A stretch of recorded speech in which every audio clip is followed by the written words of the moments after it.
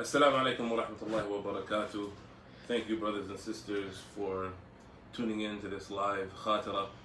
The purpose is just to keep us in the habit of coming for Jum'ah, and since we all may have some free time, just to keep us in that weekly reminder that we're supposed to have, which is the purpose of Jum'ah anyway. So, inshallah, we'll begin. The duration is only meant to be for about 15 minutes until the adhan of dhuhr, and then everyone will pray dhuhr. If you have enough, this is a good opportunity that if you have enough for a jama'ah in your household, or if you have, people who live relatively close to you, maybe just for the sake of the jama'ah and not for the sake of Jum'ah. I don't want to get into the fiqh issues too greatly as far as whether or not you should do Jum'ah in small or do Jum'ah in small groups. But just if you have neighbors who are Muslim or who can come quickly and you can get a Jama'ah in, that's something to do. So with relative to the situation, because we're all trying to practice the social distancing to make sure that everyone is safe as we see the developments. So without further ado, Bismillah ar-Rahman ar-Rahim, and alhamdulillah, wa salatu wa salam ala Rasulillah, wa ba'd. The moment that we're in is an unprecedented moment, and this is where it is an extremely important moment for us to realize that one of the first issues that should come to us is that, okay, what do I do now in this situation? For example, you have sorry, we're still playing with the camera a little bit. So we have this unprecedented issue of what do we do? Are we going to pray Jum'ah?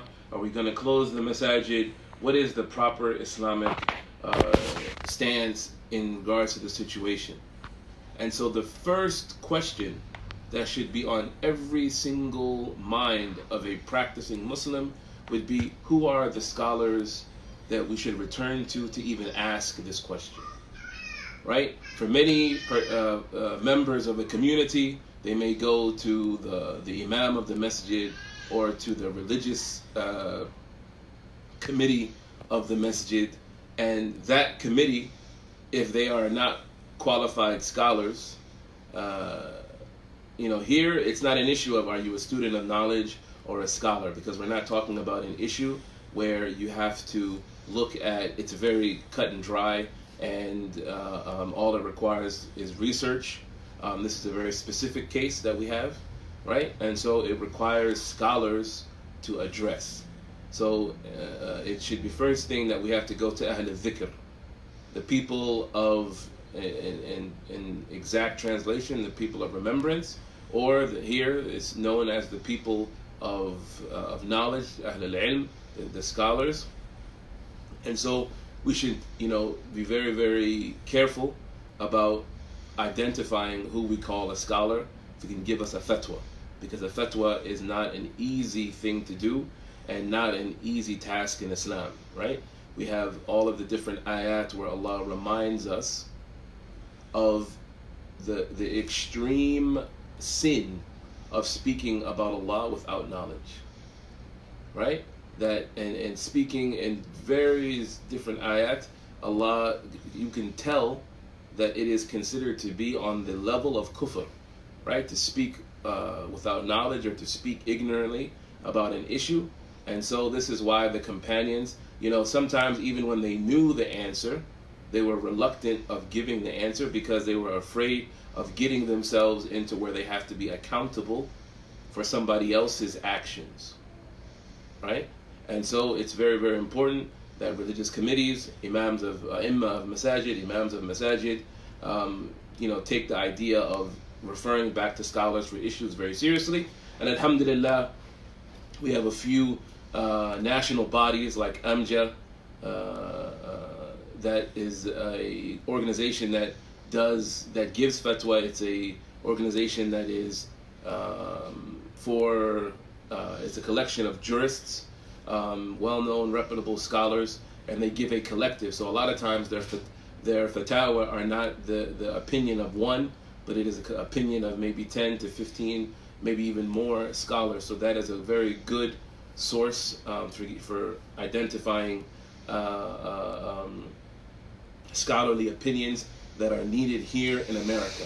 And that's the key. Also we have the scholars internationally, and we can see that with this particular case, that many of the masajid worked together with the fatwa that were available domestically here inside of America and also outside of America to come up with the decision, the very difficult decision of closing the masajid. And this is where the issue comes, where it's never been done. For most of us, we've never seen a situation where there was any valid reason to close a masjid outside of a political reason that may be unjustified.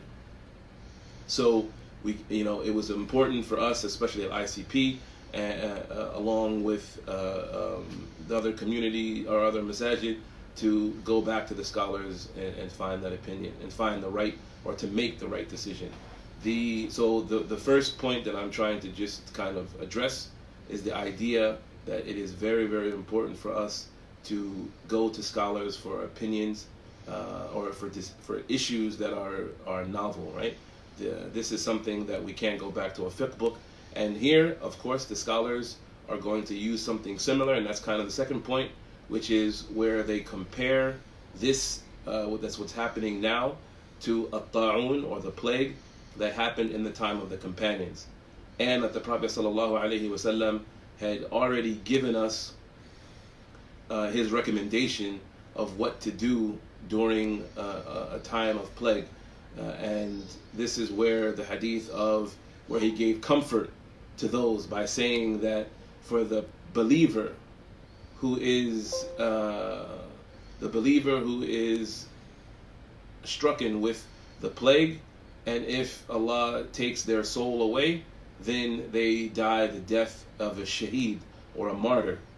And so that should bring great comfort to those who, if they have lost a loved one.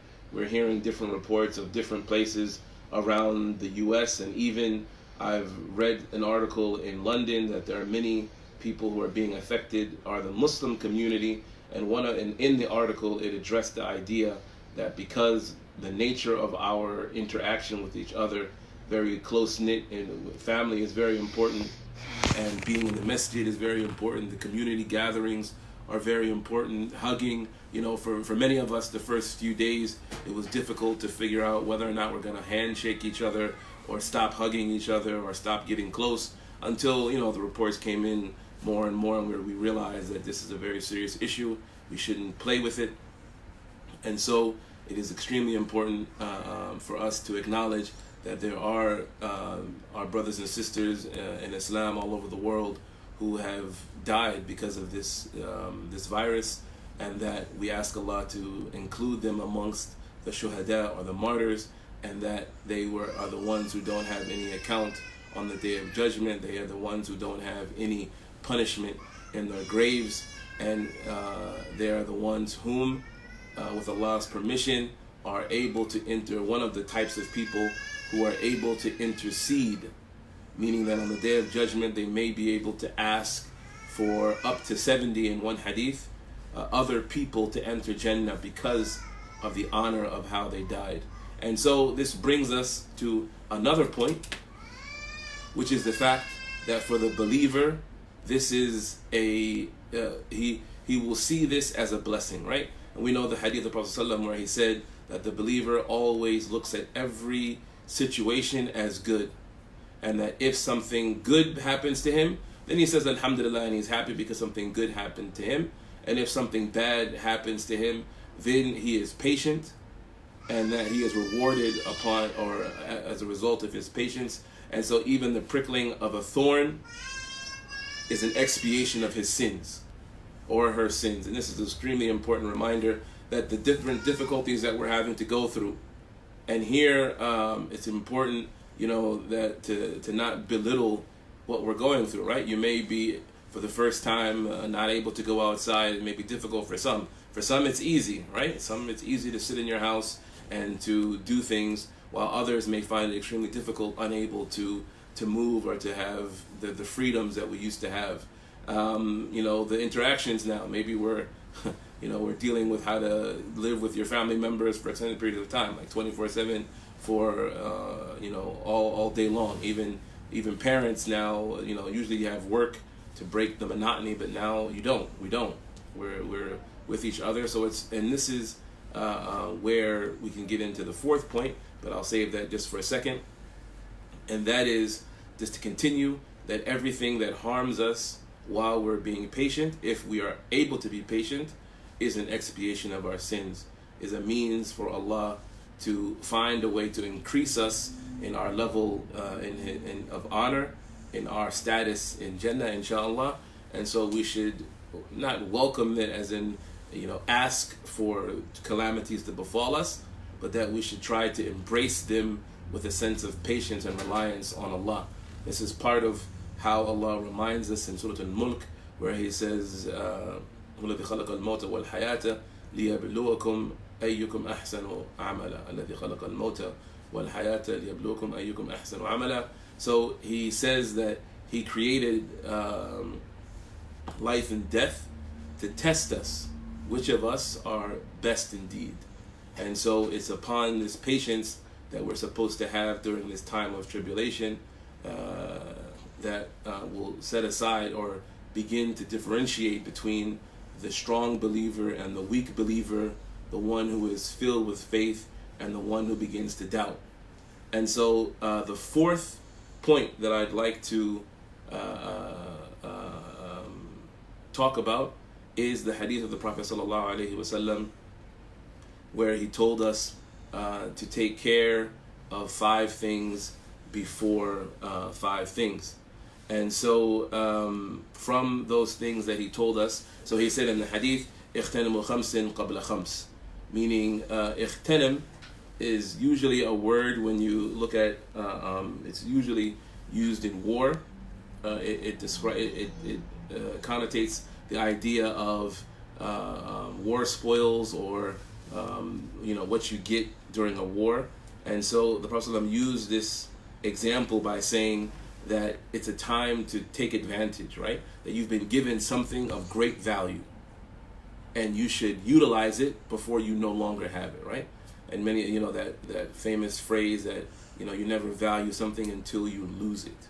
And so the smart person is he or she who is able to benefit from what the blessings he's been given or she has been given before they're taken away, right?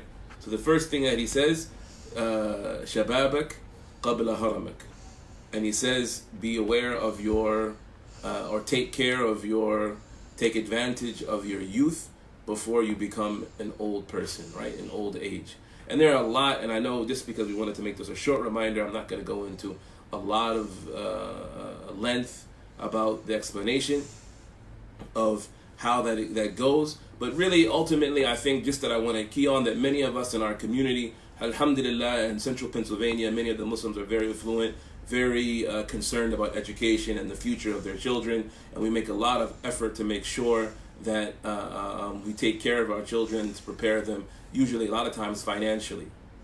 Right? You see a person, why are you struggling so hard in school so I can go to college? Why are you so concerned about going to college so that I can get a job? And why are you so concerned about getting a job so that I can be comfortable, can buy a house, buy a car, get married, do things that I'd like to do without requesting from others, which is a great thing. But we really need to train our children to look at the ultimate goal as, how is this thing that I'm doing going to get me to Jannah? How is my job going to get me to Jannah? How is my wife going to help me get to Jannah? How is my time, and we'll get to that, going to get me to Jannah? How is all of this stress that I'm going through for this in this world, in this dunya that we're living in, how is it going to get me to Jannah? And rather than saying that the end point is just to get a job, to live and enjoy life. Because we know as Muslims that there is life after death, and we should be preparing for it. The next one is صحتك قبل مرضك. And this is where we're in. Right? That he says, take care of your health, take advantage of your health before you become sick. Right? And here is the real benefit of a hadith like this, or the reminder of this, is that the person who is constantly, for example, coming to the masjid, they come to the 5 daily prayers, or they come to Fajr, and for now, for many of us who come to Fajr, Maghrib and Isha, that the Prophet ﷺ said that any deed that you are consistent in doing, and then you are struck by a sickness, then you get the reward as if you're still doing that while you're in your sickness. So now for many of us who were able to regularly do something like go to the masjid, then we ask Allah that He will continue to count these days that we are unable to go to the masjid, not because we don't want to, but because of the situation, that He will actually continue to reward us of going to the masjid. So for the person who didn't, they may not have that reward. And obviously the direct benefit of this hadith, or this part of the hadith, is the idea that we have good health and we need to utilize it. You know, it's so quick. Now we see the virus, and that's part of one of the things that I'd like to address hopefully in the next coming parts of this hadith, is that something that we can't even see. And I'm sure there's so many different videos and websites and different people explaining what this virus does to the body and how it debilitates the body and the lungs, that you can see on another note how many different ahadith the Prophet spoke to us about things that we can't see and their effect, that maybe now it should give us, because really how would we be able to tell what this virus is doing except through scientists who have very, very intricate tools in order to see or to understand what's going on. And just like how the Prophet ﷺ, he would have intricate knowledge because he would be given knowledge of the unseen, and for many of us, not that these viruses are from the unseen, but in a similar fashion where only a few people are able to know about it or to diagnose it, that the Prophet ﷺ already diagnosed to us different sicknesses that exist and different remedies to those sicknesses. But how quickly can they happen to us, right? We're talking about how that the fear of this virus in particular is how rapid it can affect the community. How within a one person being affected, if they interact with a bunch of people and either knowingly or unknowingly have this virus, that within a week or maybe up to 2 weeks, they could have infected, thousands or hundreds of thousands of people, because of how fast it can affect others. And so the point here is that since we have no idea how long we're going to live and how long we're going to be healthy, then we should utilize that health in doing something that's pleasing to Allah. So just to quickly finish the hadith before we wrap up, then the Prophet ﷺ says that be aware of your wealth before your poverty. So you should be careful of wasting your wealth in things that you may realize later are of no benefit to you before you become poor and unable, right? A person who has lots of money, we see when, this is famous when it comes to celebrities, how they were awarded salaries of, $50 million contracts, $100 million, $200 million contracts plus. And then by the time they end their career or shortly after ending their career, now they don't have anything to show for it. So we Muslims, although we may not have those kinds of millions, but anything counts. Anything is important, or everything is important. The companions, when they were asked to give charity, sometimes all they would have were a few dates, but they felt that that's all they had, so they would offer all that they could give. And we know that in the lifetime of a human being, that many of us would have, over the course of our lifetime, we would have been able to have maybe $1 million or more if you add up all our salaries, all our income over the lifetime. But it's just how you use it. Are you going to use it to buy a fancy car, or are you going to use it to help school, or to help build a masjid, or to help feed those who are in need? And just as a quick note, because I know I said it's only supposed to be 20 minutes, and we're probably exceeding that time limit, that there is a good way to, now a lot of people who may be in need of help, physically, if you have the health, you can go and help people who need someone to get them things they can't get on their own, or maybe that they're sick. Maybe sometimes, now there's a fear of just having a common cold. You don't want people to know that you're sick. If you just have a cough, oh, it might be this, it might be that. If you might have a runny nose now, everyone is going to be very careful about how they take care of their themselves. So you may see people who need help just because they don't want people to assume something about them, or they genuinely need help because they're old, or they don't have anyone to help them get things. They don't have a car or whatever. The other issue when it comes to financially helping other people, that there are multiple ways and multiple websites, and that please feel free to communicate with ICP Masjid and other masajid in the area as far as if you have a financial need or a physical need of help someone to bring something to you or help you get something. There are many brothers and sisters willing to help, just if they know that you need it, and don't feel shy. We have ways that you can speak anonymously to us, so please feel free to do so. And the last thing, or the second to last thing, which is really what I should have focused on a lot, which is your free time before you become busy. And that's where I was talking about earlier, about how now even parents are at home with their kids. This is a time where we may not have, again, who knows, many are predicting that the schools will be out for a month or maybe even the whole school year, that we need to busy ourselves in something that you can say, well, hey, during the coronavirus, normally I don't get a chance to read books. I was able to read this book and that book, or I don't get a chance to read the Quran much. I was able to read the Quran. I don't get a chance to memorize the Quran much. I was able to memorize the Quran. I wasn't able to pray as much as I would like to because I'm always busy. This is a chance to pray all your 5 prayers. This is a chance to teach your children. Get the benefit of teaching your children, observing what they do. Now you can see their behaviors. You can observe what kind of websites do they go to, what kind of things do they like to do. Get to know and build a stronger family bond. Pray more salahs with your family as a collective group. So these are times to take advantage of that free time and not saying, okay, well now, I binged, as they're saying, on Netflix, or I binged watching movies or internet all day long. But that this is an extremely important chance.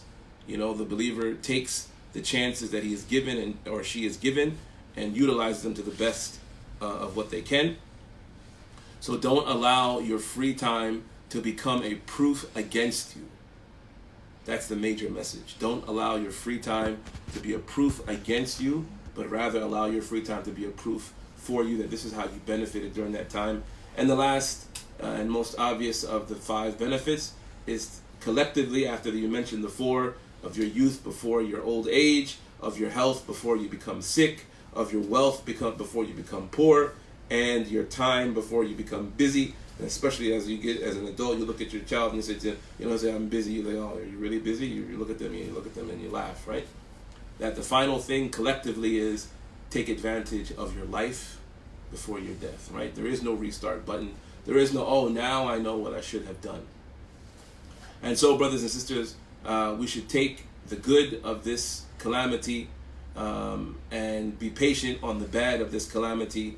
Warn our fellow friends and family of taking the proper precautions, the asbab of distancing ourselves from other people and making sure that we wash our hands. I mean, maybe you've seen the coronavirus song about the believer is not afraid, because we make wudu 5 times a day. We wash our hands regularly when we eat. We're supposed to be clean, right? That is supposed to be one of the characteristics of the believer, is cleanliness.